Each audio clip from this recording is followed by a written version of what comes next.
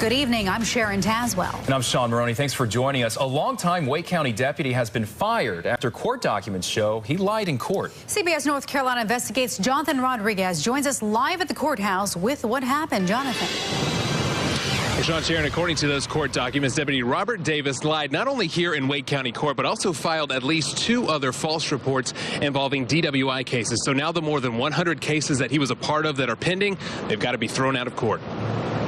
That left me with no choice but to terminate Mr. Davis. After 18 years on the force, Deputy Robert Davis has been fired. Court documents show he lied in court and filed false reports. It makes me sick in my stomach.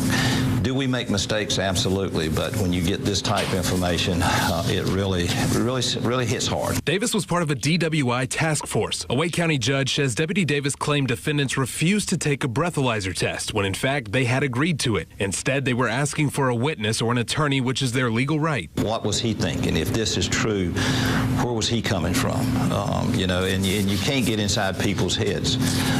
So it was a tough pill to swallow. It's a black eye on the system, and we recognize that. It's important that when these things come to our attention, and we're lucky that they don't often, that we immediately root them out. District Attorney Lauren Freeman says they now have to throw out 175 cases that Davis was involved in. Most of them were DWI cases. Some of which had prior driving while impaired charges, some of which had children in their vehicle. So it's heartbreaking on different levels to have to let those cases go, but it's important that we do things right. Sheriff Donnie Harrison says it's something that impacts his entire department. You got to have credibility. You got to treat people like you want to be treated.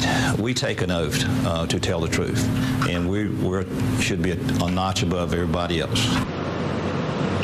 I can tell you the district attorney very frustrated about all this. Now, it all came to light due to video evidence from a local defense attorney. We are working on getting our hands on that video. In the meantime, as for Deputy Davis, he could also face perjury charges. That's going to be up to the DA here. We asked if she will follow through with those charges. She says they are considering it. Guys, back to you. Eye-opening investigation. Thank you, Jonathan.